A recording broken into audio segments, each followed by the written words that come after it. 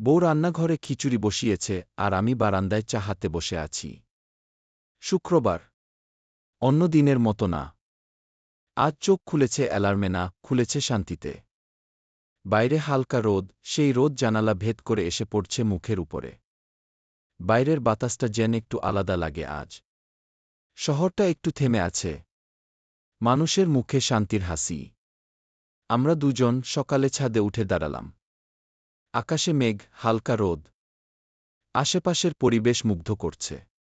হালকা বাতাস গায়ে এসে লাগছে, আমি তাকিয়ে আছি নিঃশব্দে। পুরো সপ্তাহটা কাটিয়েছি কাজের দৌড়ে।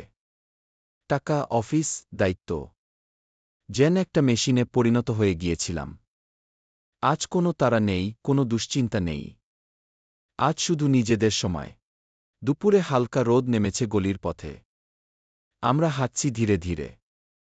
হাত ধরাধরি করে মাঝে মাঝে থেমে তাকাচ্ছি চারপাশে। সবকিছু যেন নতুন করে ভালো লাগছে। কত সহজে শান্তি খুঁজে পাওয়া যায় যদি প্রিয় মানুষ পাশে থাকে।